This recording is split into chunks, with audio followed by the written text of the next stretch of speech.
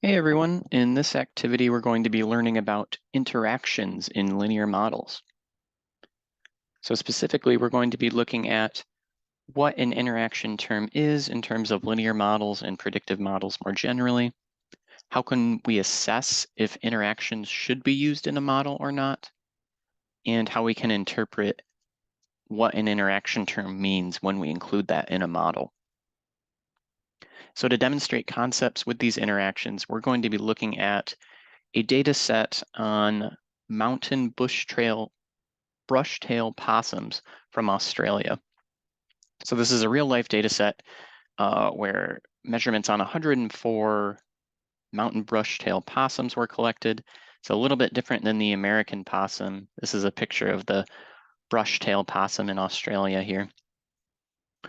So these measurements were collected on possums across 7 different sites in Australia in 2 different geographic regions. And here's a preview of the data set showing some randomly selected rows. So we have the 2 different regions that the possums came from. This shows possums from those regions, either New South Wales / Queensland or Victoria region of Australia. We have the sex of the possum that was recorded being male or female in this data set. And then some measurements, the total length of the possum in centimeters, their ear conch length, a measurement of a part of their ear in millimeters, and the length of their feet in millimeters. Okay. So the first thing to note, we're going to be focusing on modeling the foot lengths of the possums in this activity using linear models. And so as we know, we can use categorical variables to describe variation in a quantitative response variable, in this case, foot length. So specifically, if we look at some side-by-side box plots of the foot lengths of the possums based on which geographic region they came from and whether they were female or male, we can see that these categorical variables, region and sex, are informative of the foot lengths of the possums. Okay. So specifically, we see that possums from the Victoria region have feet that are longer on average than possums from the New South Wales and Queensland regions. While on the surface, it looks like female possums have longer feet than the male possums in general. Okay.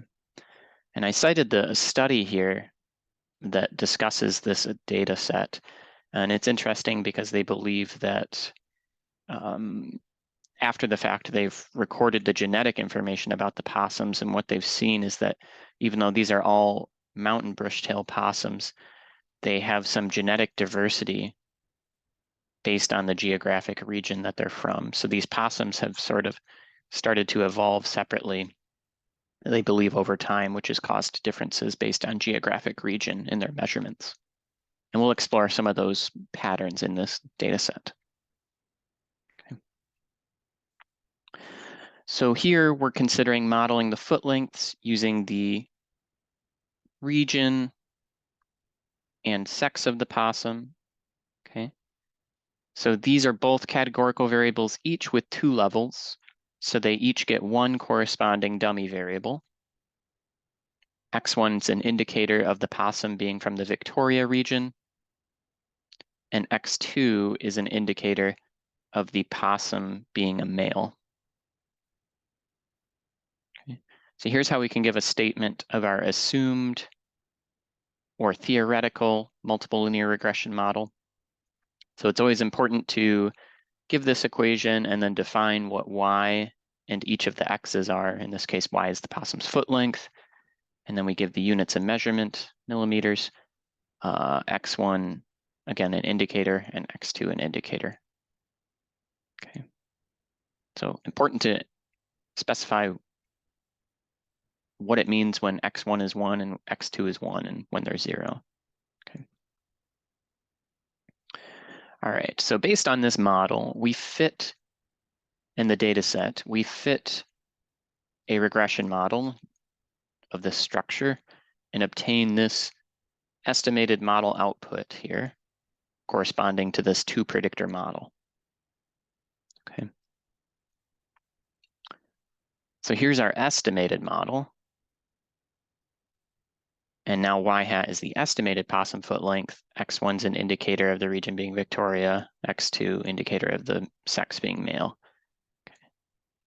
So as a quick review, we don't have any interaction terms included yet. But as a quick review for categorical predictors, let's talk about how we can interpret the slopes here and how we can interpret the intercept. Okay, so for the first estimated slope,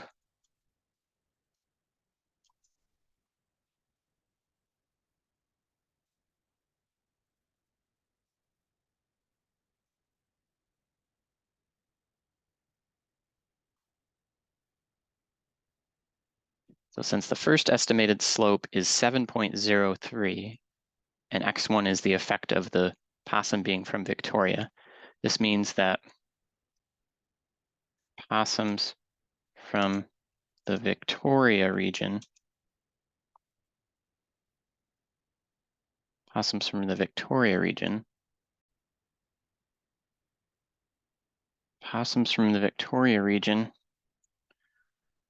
have feet that are 7.03 millimeters longer on average than possums from the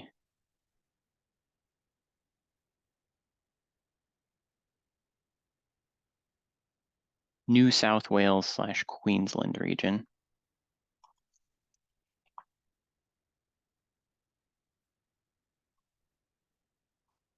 Okay.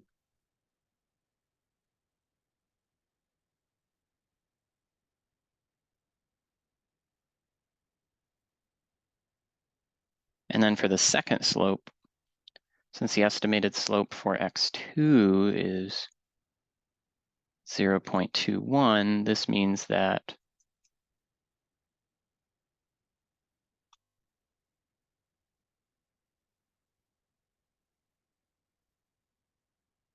let's see. Right. This means that, oh, okay. So, right, I was wondering, why is this slope positive when males have a lower average in the plot here? So the reason being is because we have, it's a multiple linear regression model. So this is another good example where multicollinearity, so since region is related to sex of the possum here, the estimates can look a little different than what's implied in the plots here. So actually, for finishing up the interpretation for X1's slope,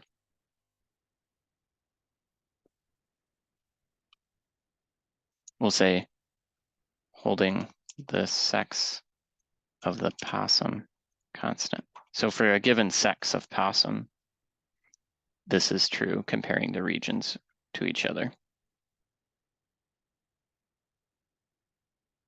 Okay. Then for the slope for X2, similarly, we can say that male possums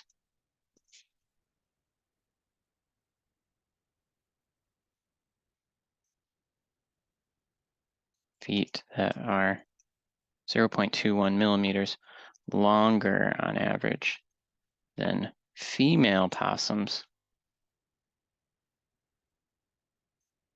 within the same region. So essentially holding region constant. Okay. So this is important to include because if you look at the data in itself without, for example, looking at the differences in feet length without accounting for region, it looks like females have a higher average than males, but actually the model jointly controls for region and the sex of the possum, and so we see slightly different results than is implied by the plots up here. Okay. And that again has to do with multicollinearity. So the fact that there were differences in the distribution of the sex of the possums across the 2 regions. Okay. So that's how we can interpret each of the slopes. For the intercept here, okay, for the intercept, this is a predicted value. So specifically, if we set x1 to be 0 and x2 to be 0 in the equation, that leaves us with the intercept, and that's the y-hat, or predicted foot length for a possum. In some instances, especially when we have a quantitative predictor, the estimated intercept is not sensible to interpret due to extrapolation or just sensibility reasons. Here, setting all the x's to be 0, okay, that corresponds to a possum from the Victoria region, or I'm sorry, from the New South Wales, Queensland region. So it's just saying a possum from the New South Wales, Queensland region, and then that being a female possum. So yeah, we can certainly have a female possum from the New South Wales, Queensland region. Okay. So in other words, since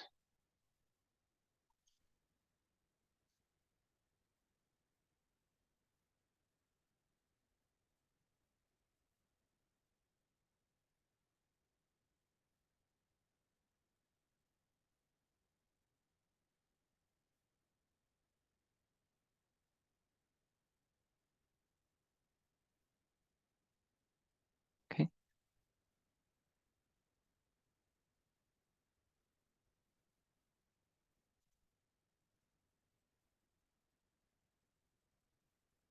So that's how we can interpret the intercept here. X1 is 0 corresponds to New South Queensland region, and X2 being 0 corresponds to the possum being female. What about the predicted foot length of a female possum from the Victoria region? Okay, let's confirm that that's roughly 72. And we're going to use our estimated regression equation here to do that. Okay. So if we have a female possum from the Victoria region, what does that mean about X1 and X2? So that means X1 is 1, because they're from the Victoria region. And X2, okay, if they're female, X2 is 0. Okay. So then using Google,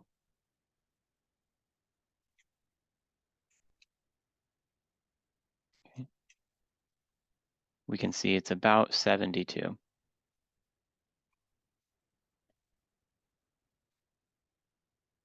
Millimeters. Okay. So that's how we can get a predicted value from this model, as a reminder. All right. So no intercept, no interaction term yet in our model. We had an intercept, but no interaction term. So let's see what this looks like when we have an interaction between the two variables. Okay. So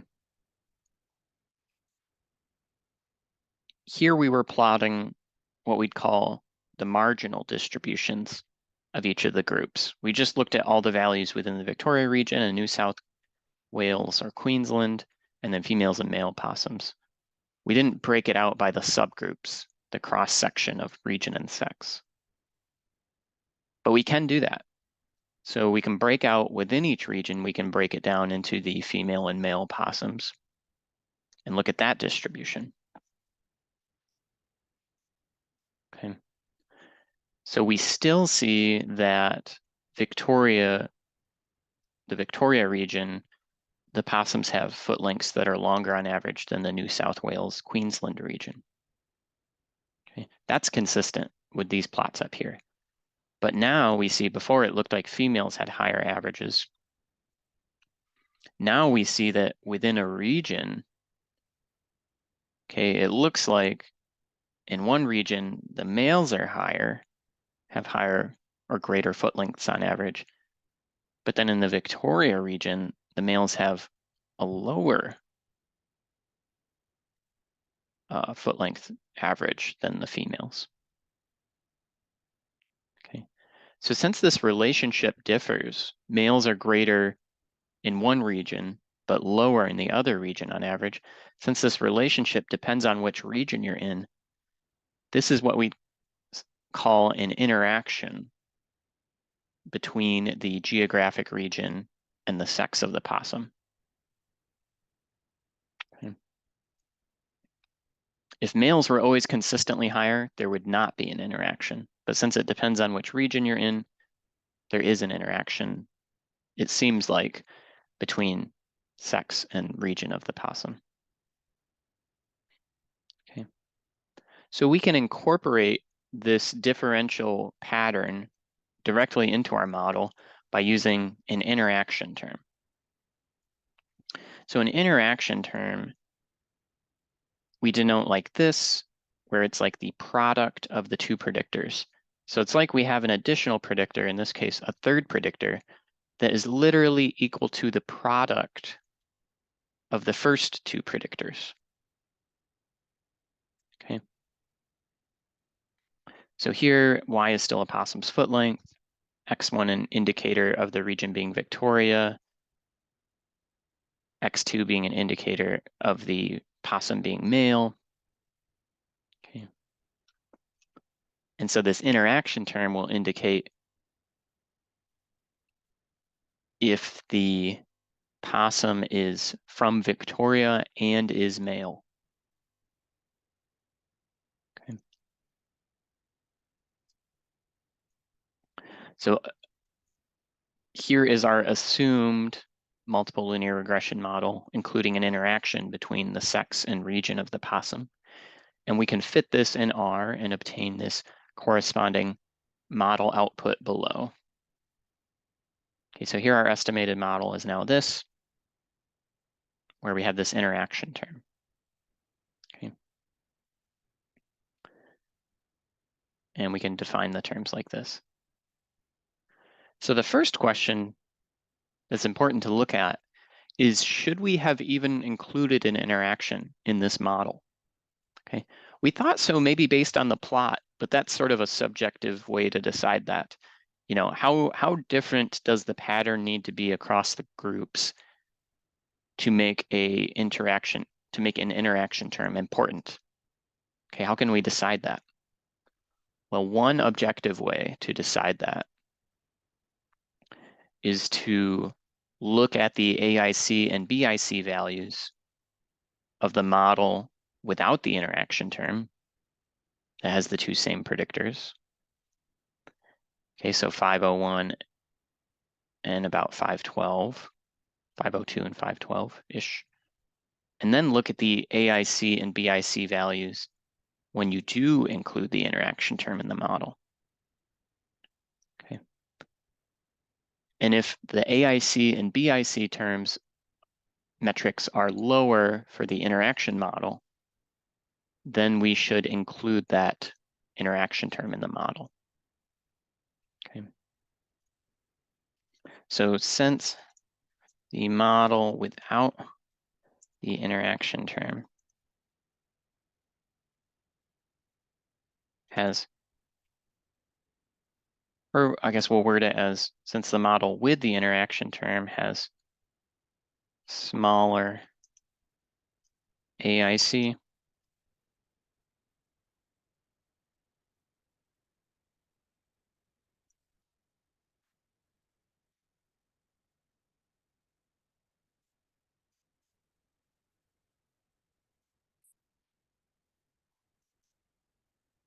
and B and smaller.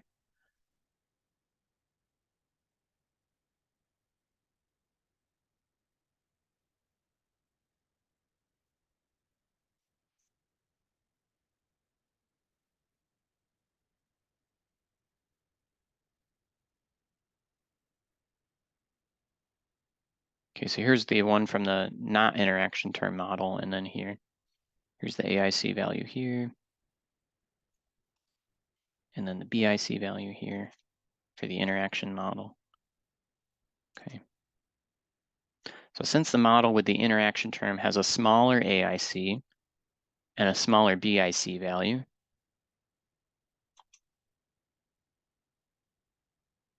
this indicates that it is important to include the interaction term in the model. Okay. So that's how we're always doing model selection for this class. We're just using AIC and BIC to make that decision for us.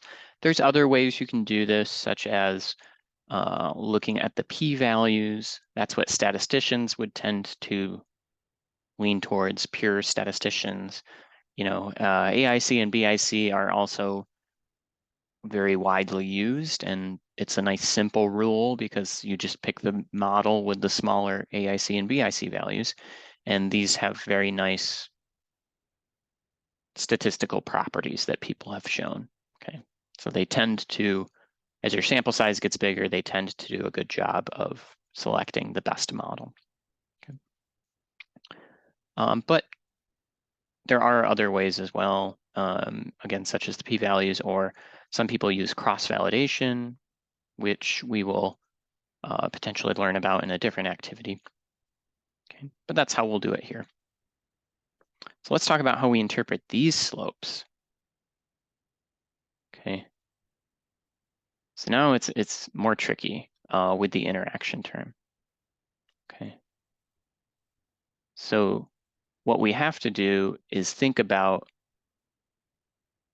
which we have to condition on regions or sex of the possum in order to interpret the slopes now. Okay, so let's just do like a couple. So we'll say for, let's see, X1 is 1 for the Victoria region. So we'll say for possums from the Victoria region, okay, so this is X1 equals 1.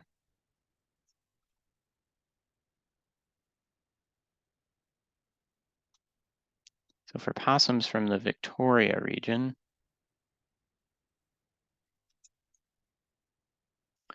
and then now we interpret it similar to how we interpreted the slopes before for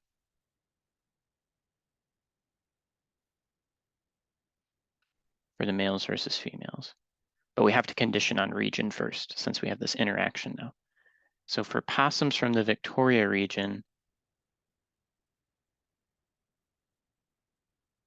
male possums have feet that are blah, blah, blah, longer on average than female possum. Okay, so we need to do a calculation here about what the new slope is for X2, if X1 were 1. Okay, so I'll show what we're talking about here. So we'll say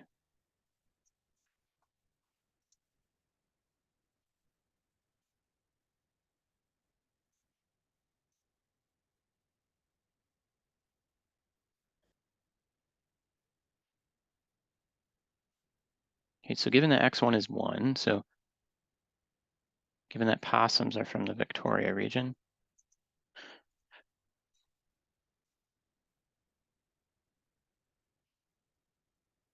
it follows that, okay, so X1 is 1, so this term is just 1 times that, so it ends up like this, and then this is also just 1 times, okay, so I'll show this work more explicitly, I suppose. So times 1 times X2, okay? And so if we simplify this,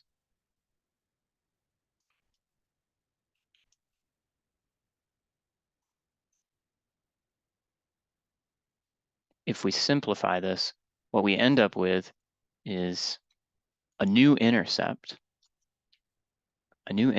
value,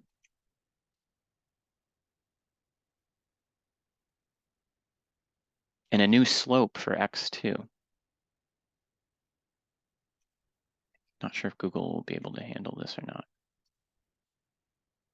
No. Okay.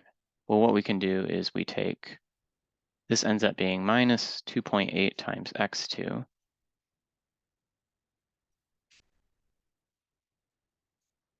and then positive 1.52. So we do 2.8, 1.52 minus 2.8 minus 1.28. Okay, so we simplified this, minus 1.28.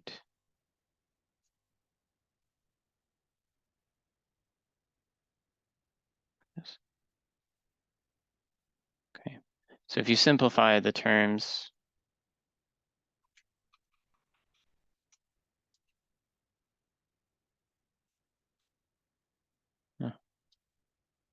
doesn't want to let me get rid of these parentheses.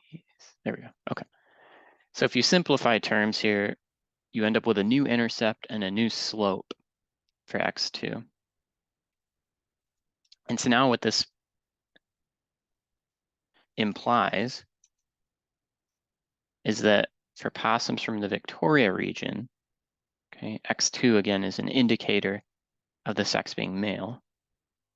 Male possums have feet that are 1.28 millimeters. And now notice that the slope is negative for the possums being male. So we'll say shorter on average than female possums. Okay, and we already said which region, so we can exclude that part. Okay, so in order to interpret the slopes now for an interaction model, we have to condition on one of the groups like this. So the interpretations are a little bit more complicated. Okay, but let's check and make sure that seems intuitive. So we're saying within the Victoria region, male possums have shorter feet on average than the females. Let's look at the box plots and see if that's true. Okay, so within the Victoria region over here, yep, males have shorter feet on average than the females. It's exactly what we see when we break it out into the subgroups. Okay, and we see the opposite for the New South Wales, Queensland region. Okay, so let's simplify that equation and see, we'll interpret that one in a similar way. Okay, so we'll say, given that possums are from the New South Wales or Queensland region, so x1 being 0, it follows that we plug in 0 for x1. Okay, and what we end up with is, okay, this term is 0, so now it's like this. This term is 0, there's a 0 times x2, so you just end up with plus 1.52x. Okay. So if you simplify this side of the equation, you end up with this. Therefore, for possums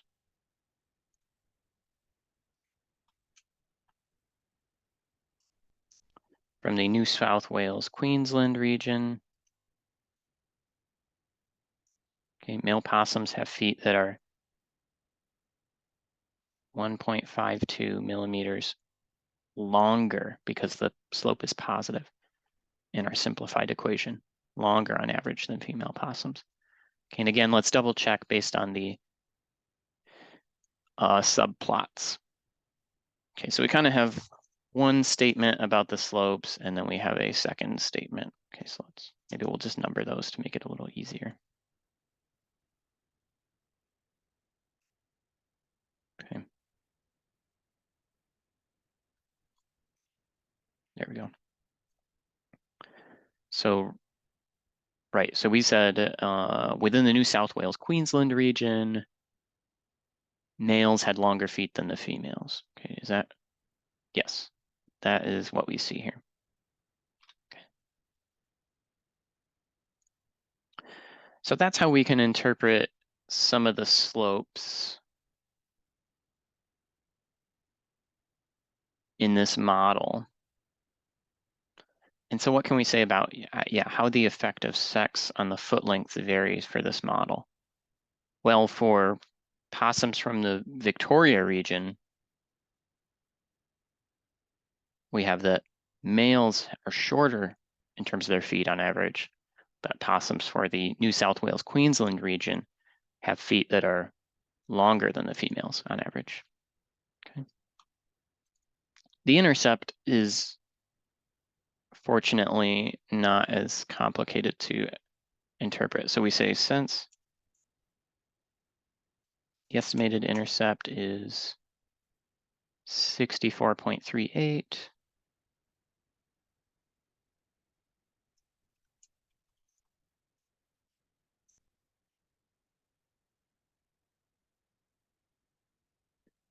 okay, what does the intercept correspond to? It would mean x1 is 0 and x2 is 0, which would make this last term 0. Okay. And so that corresponds to a possum from New South Wales, Queensland, that is female. So a female possum from New South Wales, Queensland. Okay. Of a female possum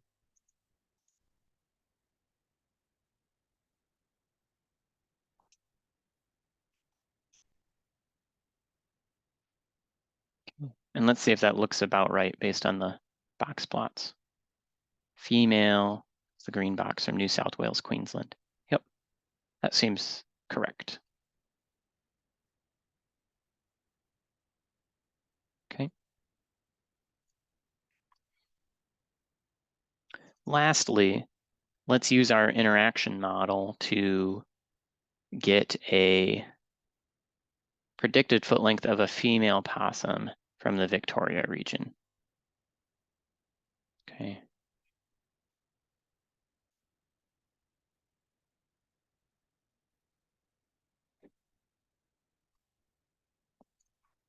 So a female possum from the Victoria region means that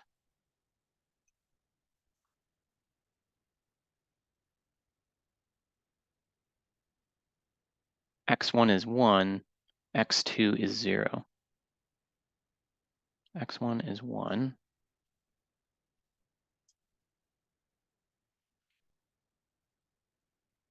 x2 is 0.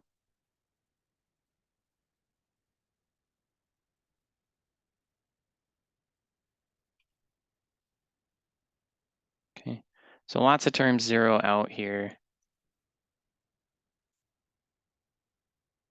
X1 is 1. I mean, we could fill that in, but this zero's out anyways. And now if we use Google, okay, and there we confirm it's about 73 now. So a slightly different prediction based on our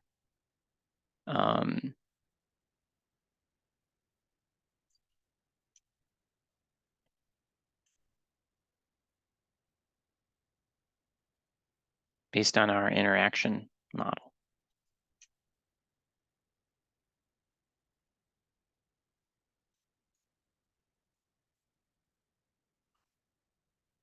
.02 millimeters. Okay. So again, which prediction should we use for a female possum from the Victoria region? Well, since this model had the lower AIC and BIC values, we probably should rely on this predicted value more than the first model. Although notably, not super different, right? Here was the predicted value from before, so without the interaction term. Not super different. All right.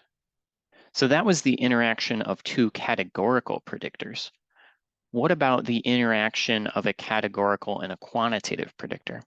How does that look, and how do we interpret output from that type of model? So here we're going to consider, again, modeling foot length as our response variable. Now we're going to use the ear conch length of the possum in millimeters as a predictor, along with the sex of the possum. Okay. So visualizing what this looks like, we have ear conch, or foot length by ear conch length. And then we've colored the points based on the possum being female or male. Okay. So this line of best fit was ignoring the sex of the possum.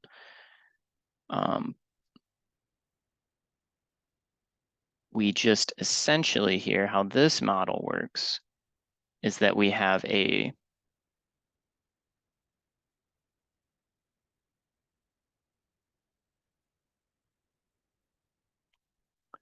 two implied parallel lines for this model. Okay, we have one for the males, which is slightly lower. It's shifted lower because the effect for being male is negative. Okay, so we have one for males that's something like this. And then we have one for females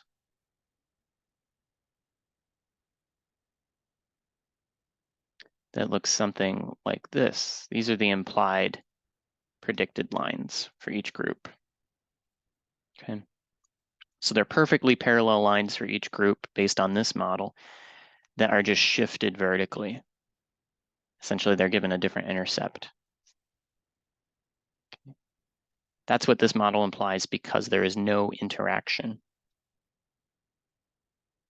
An interaction in the model allows the slopes to be different within each group. They no longer have to be parallel. But first, we're looking at this simpler model where we have separate lines for each group, but they're forced to be parallel. Okay. Same thing as before, X1's an indicator of the possum being male or not. And now X2 is a quantitative predictor, the possum's ear conch length. Okay. So how can we, as a quick review, how can we interpret the effect of ear conch length? So since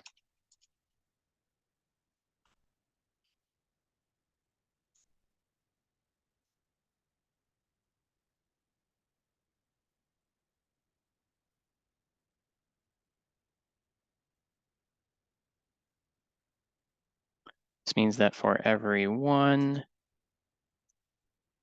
see, ear conch length was measured in millimeters. So for every 1 millimeter increase in a possum's ear conch length, we expect their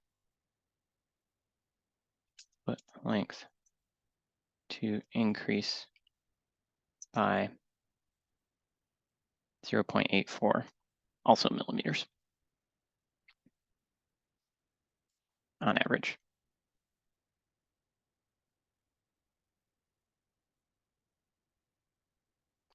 And then we also have to add holding the sex of the possum constant. Okay, so, or you could say, in other words, for a given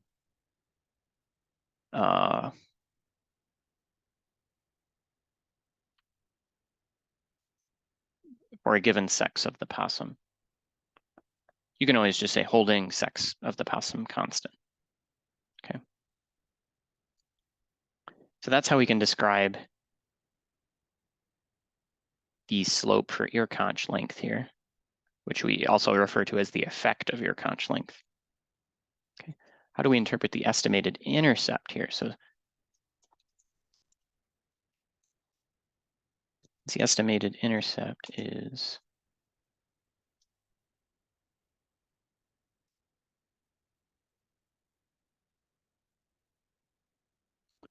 here we can say the estimated intercept is 27.92 millimeters, but a ear conch length of 0 millimeters is outside the scope of this data set. So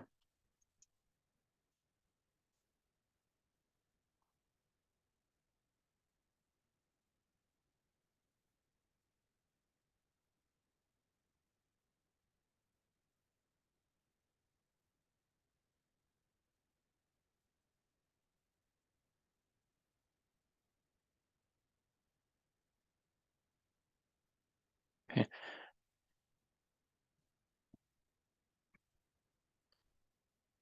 So if we look at the scatter plot, ignoring the fact that it's, I guess a possum sadly could have no ears. That would be very sad. But 0 millimeters for an ear conch length of a possum is outside the range of the observed data here. So interpreting the intercept would be extrapolation, and thus is inappropriate in this context. Okay. So it's nonsensical, it's not sensible, but it's also just considered unreliable to interpret or get predicted values outside the range of your data. The predicted values can be extremely inaccurate potentially. So that's why it's considered inappropriate. Okay. We can't assume that the trend in the data continues, the trend in, or the relationship in the variables hold outside the range of our observed data, because we only know what we've seen. We only know this range of observed values, what goes on. Okay. But what we can do is get a predicted value still, say for a male possum with an ear conch length of 50 millimeters. So let's confirm that it's about 70 millimeters for their predicted foot length using this equation. Okay.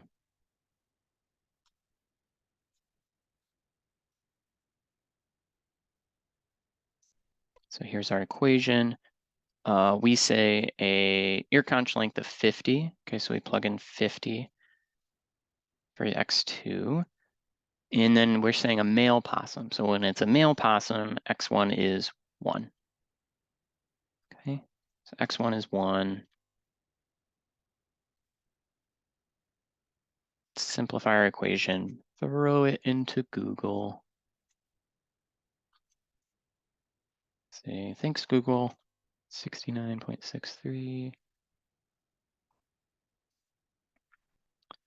All right. Oops. All right, so about 70, 69.63 millimeters. Okay. So that's how we can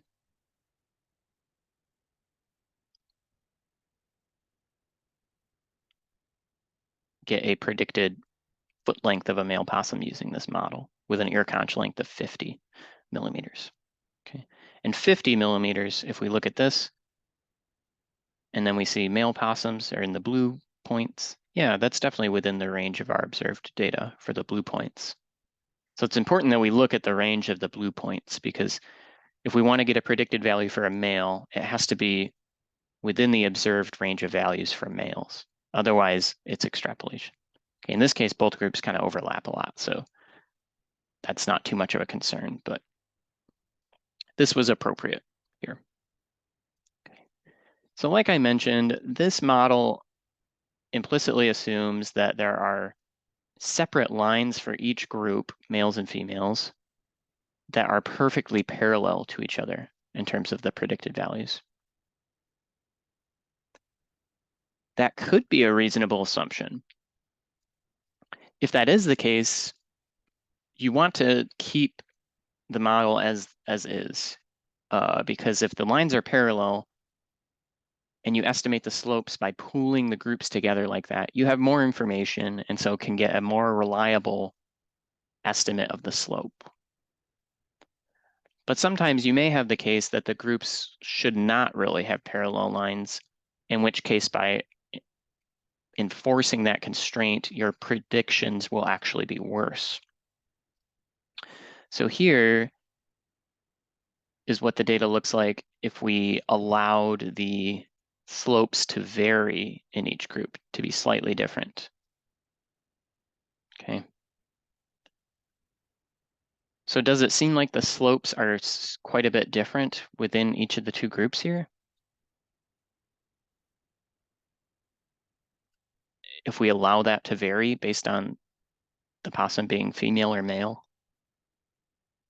Well, it's kind of close. It's a little bit tough to tell, to be honest. I mean, the slope for the females is a little steeper than the males, but is it different enough to justify allowing the slope to vary? Well, we can let AIC and BIC make that decision for us. Okay, so to allow the slopes to vary within each group like this, that corresponds to including an interaction in our model between the sex of the possum and the possum's ear conch length. That's effectively what that does. Okay. So we can include an interaction in this model, and we get this estimated model output now with our interaction term. Okay, so R signifies an interaction term by using a colon between the two variable names to indicate this is an interaction between the sex of the possum and the ear conch length here. Okay. And then we get these AIC and BIC values. Okay. So first thing to think about, is the interaction term important? Okay. Let's copy our wording from before to save us a little bit of work. So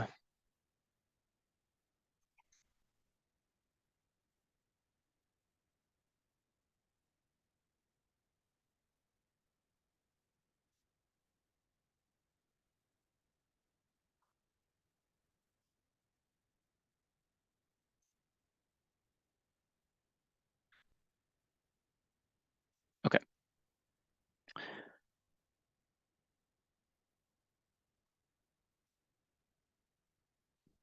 All right, so here's like a blueprint way we're interpreting these. So since the model with the interaction term has, well, let's get what the AIC values for each model. Okay, so we have, here's our AIC value for the interaction model. And our BIC value for the interaction model.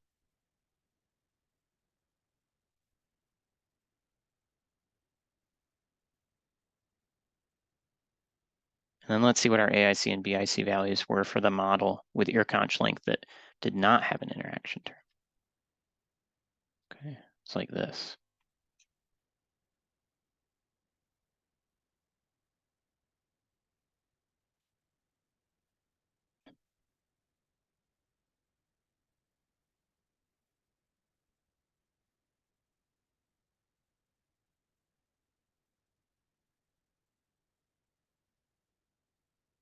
I think this is what it was for the other one, so 516.71. Yeah.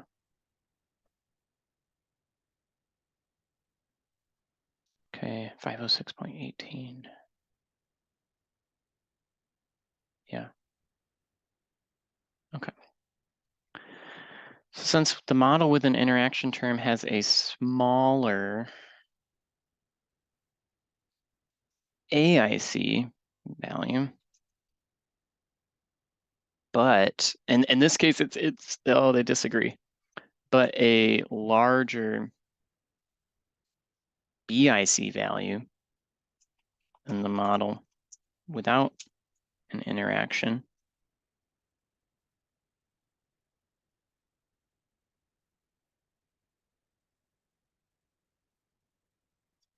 This means that it is somewhat unclear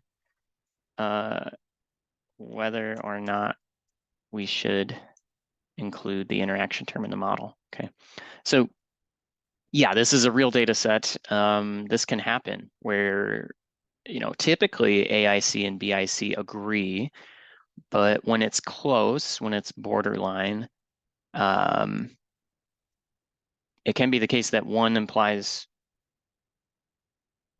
to include a predictor in a model and the other one does not, right? So here, let's see, so I would say you could argue either way in this case. The adjusted R-squared is another metric that can be used for model selection where you want to pick the adjusted R-squared. You want to pick the model with the larger adjusted R-squared value. Okay, so maybe we can consider that as a tiebreaker. Okay. So in this case, the adjusted R-squared is 0.61 for this model without the interaction term. But here it's larger So we'll just say the tiebreaker. So since the adjusted R squared value is larger for the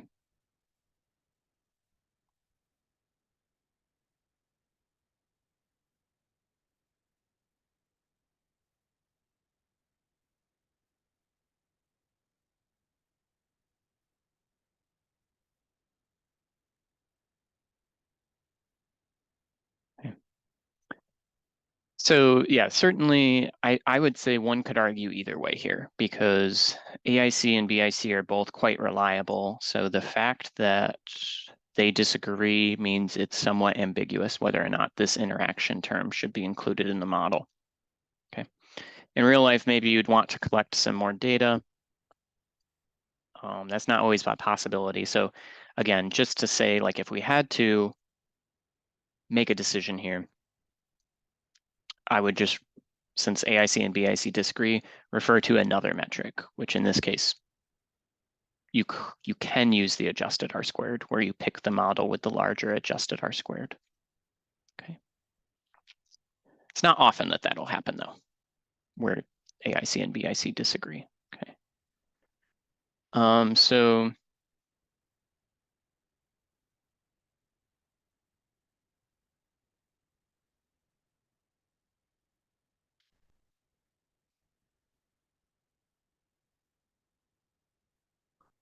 how can we interpret, or how does the slope for ear conch length vary, if at all? Okay, so in the interaction model,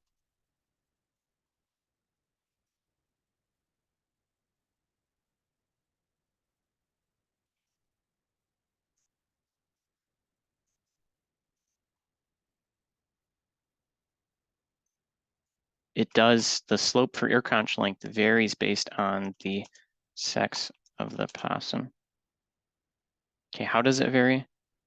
For male possums,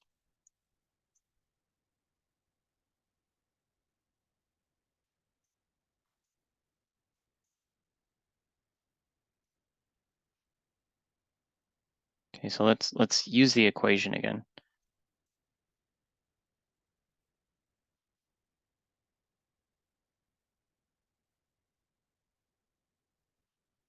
So for male possums,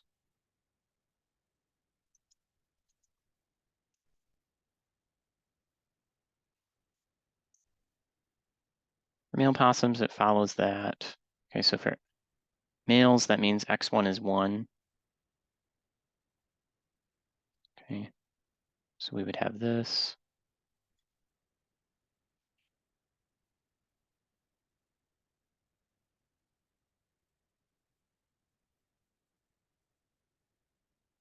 Okay, so then that simplifies. The intercept would simplify to this.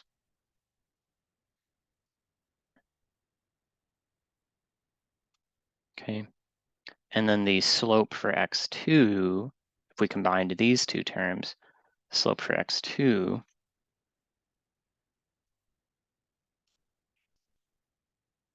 would look like this.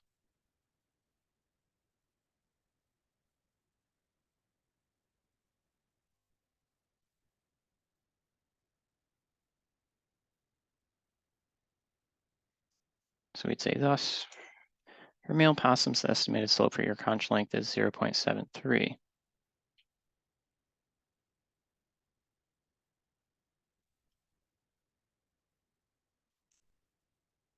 And then for female possums,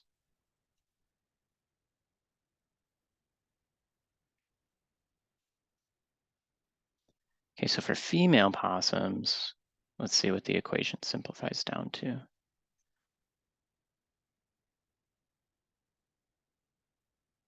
So for a female possum, it means that x1 is 0. Okay, so if we plug in like that, x1 is 0. Okay. Then this term zeroes out. Okay. And then for x2, this whole term zeroes out. So we're left with this. So thus for female possums, the estimated slope for ear conch length is 0.99. Okay.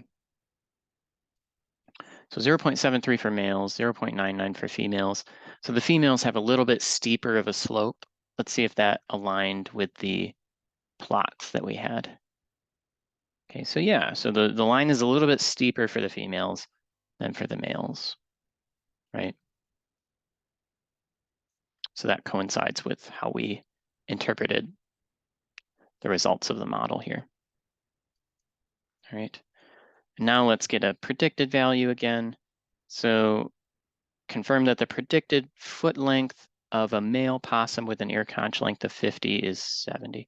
Okay, so this is a male possum, so we could use this equation since it's for the males, and that would be a little simpler. Or we can use the full equation, which is what we'll do here, I'll do it here just to be more clear about how we get this value, but we could certainly just use this equation and we get the same number we're going to here. Okay, so for males, x1 is 1.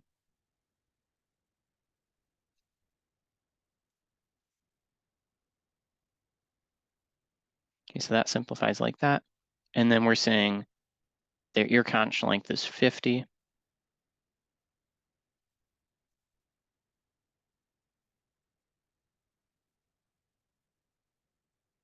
So then if we use this, Google. Okay. So if we simplify that, we get that it's about 70. It's a little bit less here. 69.29. Okay. All right.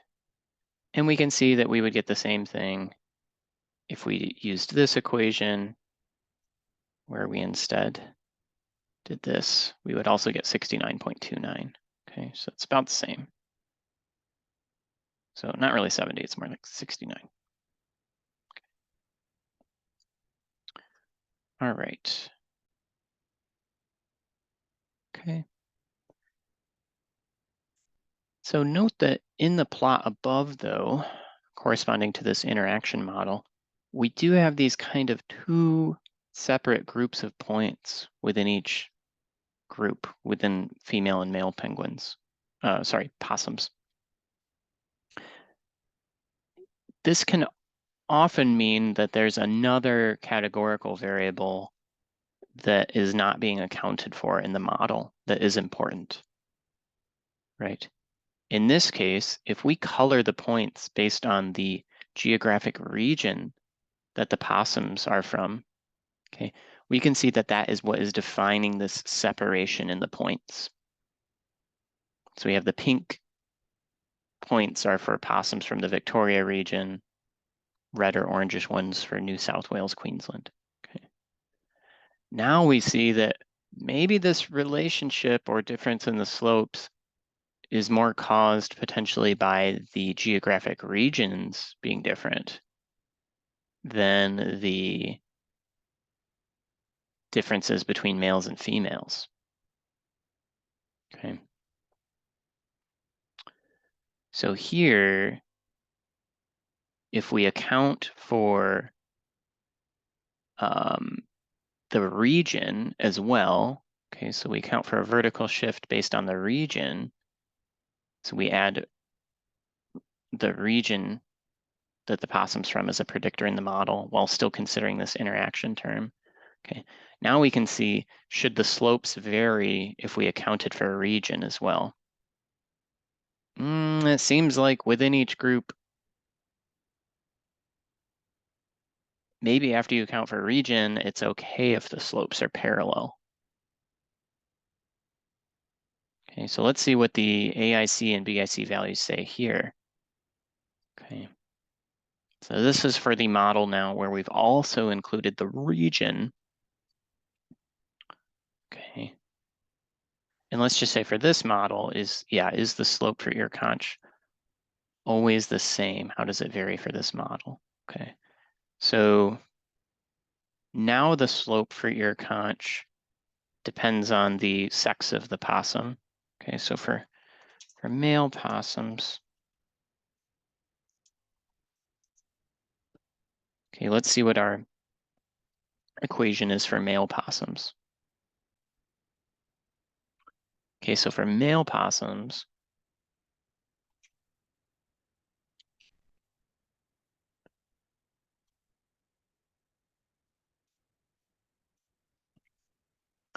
that means that, so X3 is now the indicator of the sex of the possum. So X3 is 1 if the possum is male. Okay, so in this case, this simplifies to 1. Okay, X3 is just 1.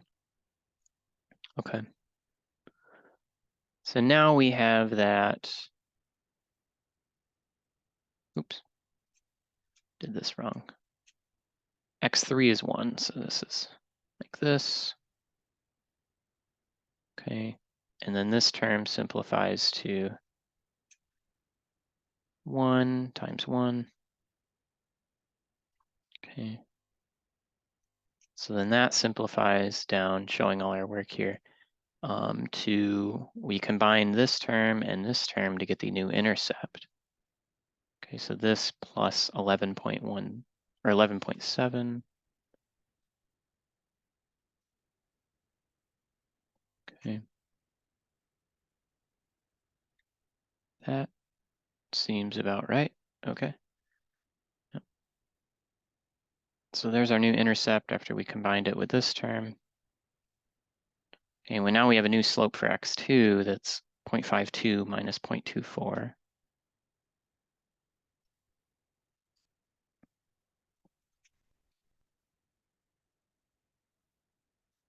Okay, still positive.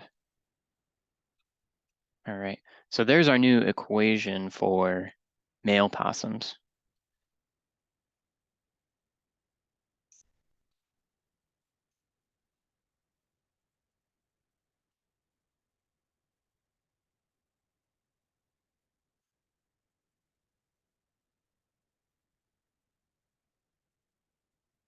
Okay, so that's the slope for ear conch length for male possums when we accounted for region.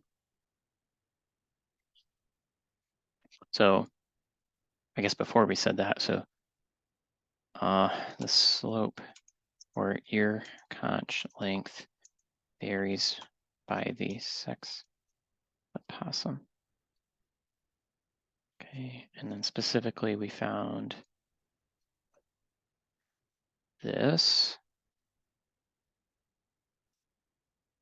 And then for female possums, okay, for females, X3 is 0. So then we have 0, 0. Okay, and what this simplifies down to then is this intercept is actually the same because this term zeroes out. This term also zeroes out. So now the slope for X2 is the same. Okay. So this whole end of the equation here zeroes out for females. And then we have that the slope for ear conch length for female possums is 0.52. Okay. So that's how we can say the slope differs for this model for ear conch length. It does not vary by region. Okay. If we wanted the slope of ear conch length to also vary by region, we would need to include an interaction between region and ear conch length. Okay. And we could investigate if that's necessary using AIC and BIC. In this case, let's see, did including region in our interaction model as a predictor, was that something that was helpful to do? Or are we overfitting the data? Let's see what AIC and BIC say. So here's our values when we added region in. So we got our biggest model yet. And then what about just the interaction model without region? Well, without region, it was 504 and 517. Okay, with region, 497, 513. Okay, so since the AIC and BIC values are smaller when we added region in, it seems like region was a good thing to add to this model, which checks out based on the plots too. It seems like it's very important to account for the region when also getting our predictions. Okay. All right. So that was all, everything we looked at so far has been interactions that have involved categorical variables. So one categorical and one categorical variable, one categorical predictor and one quantitative predictor. You can also have an interaction between two quantitative predictor variables. Okay. This is a little bit more difficult to visualize, but we can do one way to visualize it. There's several ways that people do this, is to look at it in terms of this colored spatial grid, this three-dimensional distribution, where we now have the total length of the possum is the y-axis, the ear conch length is the x-axis, and the color in the plot is showing the values for foot length, where it's binned. Okay, so foot lengths in between 76 and 78 get a yellowish color. Okay, so the darker the value, the darker the color, the smaller the foot length. And the more it goes up towards yellow or greenish, that's indicating higher foot lengths. Okay, so we can see here, the possums with the largest feet had very big ears, ear conch lengths, and they were very big in terms of their total length. Okay, so that seems intuitive, right? And then there's this one guy here, this one possum, this one guy or gal had really big feet, and it was kind of an outlier, it seems like. Right. So in this case, we're considering modeling the foot lengths of the possums using the ear conch length and the total length. And the total length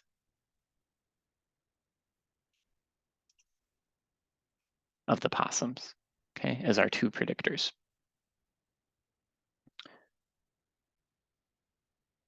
So here is our estimated model output for using the ear conch length and total length to model the foot lengths. Okay. And we note that both predictors have positive slopes.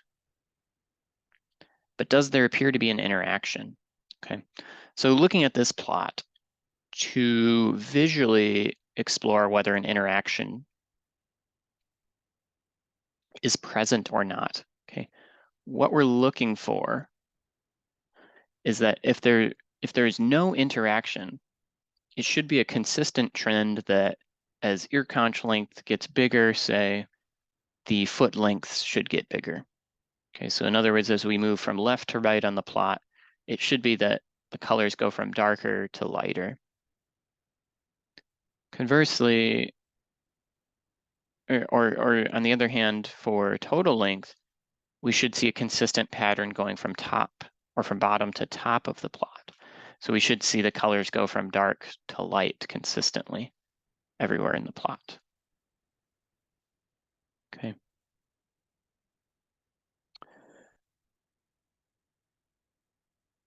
So do we see that that's the case here? Well, it's a little bit tough to tell. We certainly see going from left to right that as ear conch length gets bigger, the colors get lighter, the feet get longer on average.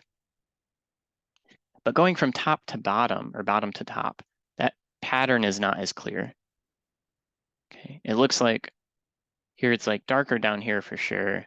Then it gets lighter a bit, maybe in the middle, and then darker again, then lighter. Okay, the pattern's not as clear cut. So because there's that's the case, it's possible there's an interaction here. Let's see what the data has to tell us. Okay. This doesn't seem to clearly indicate that there's an interaction because we don't see, for example, left to right doesn't depend on if we're in the top part of the plot or the bottom part of the plot for that trend. Okay. It seems consistent that as we go left to right, the colors get lighter, regardless of whether we're in the top or bottom of the plot. Okay. So we have one model fit without an interaction. Here's our AIC and BIC. And then we have one model fit with the interaction, allowing the effective ear conch length to vary based on the total length of the possum. And that has its own AIC and BIC. Okay. Again, we get very similar results here based on the AIC and BIC. It's making it a little bit,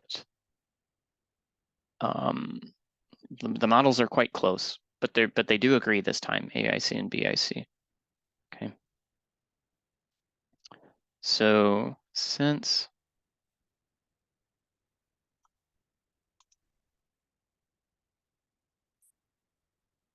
the model with the interaction between ear conch length, total length,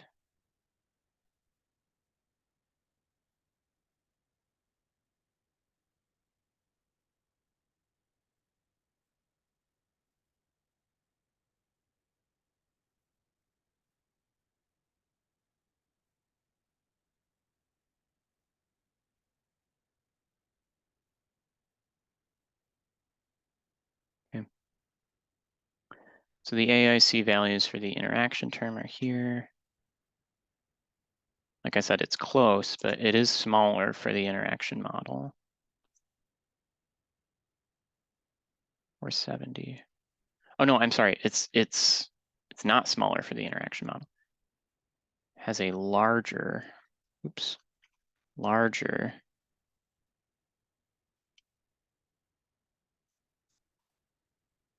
Make sure we change that. There we go. Okay, so here's what it was for the interaction model, which was bigger than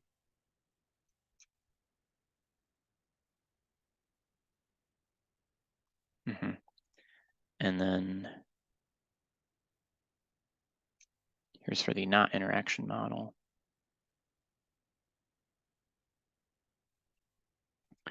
Okay, so based on AIC and BIC, it's saying do not use an interaction term. Okay, use the simpler model here. But let's suppose we did retain the interaction term. What does this mean in terms of interpreting the effect of total length? Okay. Okay, so let's think about, again, how we can interpret this is we have to describe the rate of change in the expected foot length related to ear conch length as total length changes. We're talking about a lot of, so interactions between two quantitative predictors get a little bit more wordy. Okay, but yeah, we'll write it down here. Okay, so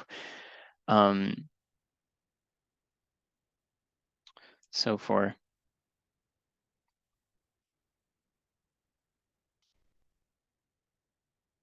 every 1 centimeter longer a possum's total length is,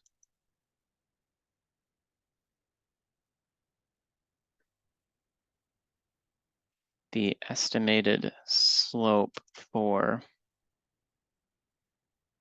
ear conch length. Okay.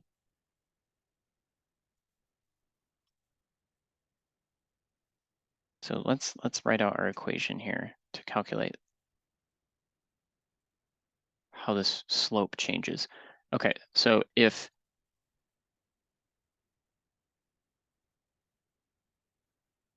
let's see, total length is the x1 term. Okay. So as x1 increases by 1, okay, so let's just take everywhere in the model and replace it with x1 plus 1.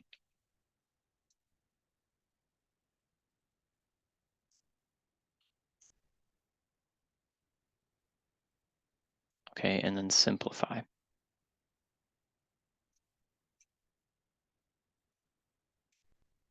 Okay, so if we simplify this, what we end up with is 2.25x, oops.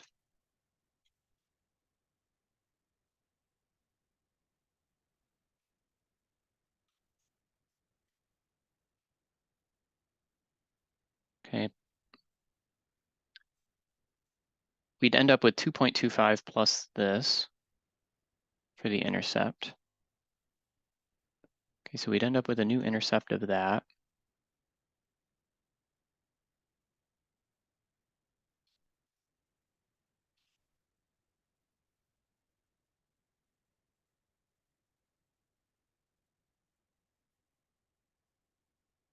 This term would simplify to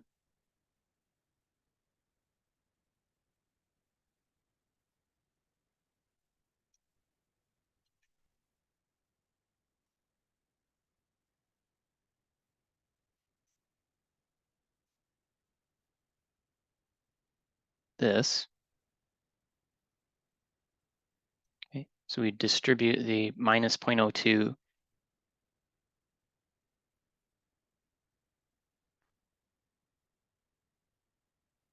Yep, we distribute the minus 0.02 to each term in here, x2 to each term, and then it'd simplify into these two. Okay, so this simplifies to this. Okay, and then what happens is we can simplify these two terms. Okay, so I'll write a new line for the equation to show the steps more explicitly. And we'd simplify these two terms and we get that. Okay. All right.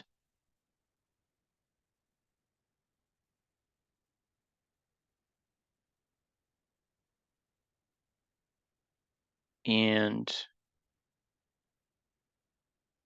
now we can say, what does this mean for the effective total ear length and ear conch length on the foot length of the possums? So for every 1 centimeter longer a possum's total length is, the estimated slope for ear conch length, where ear conch length is x2. Okay. And what do we notice about it? The slope was this before, 1.16. Now it's 1.14. So we can say it decreases by 0.02, which is the estimated coefficient for the interaction term. Okay.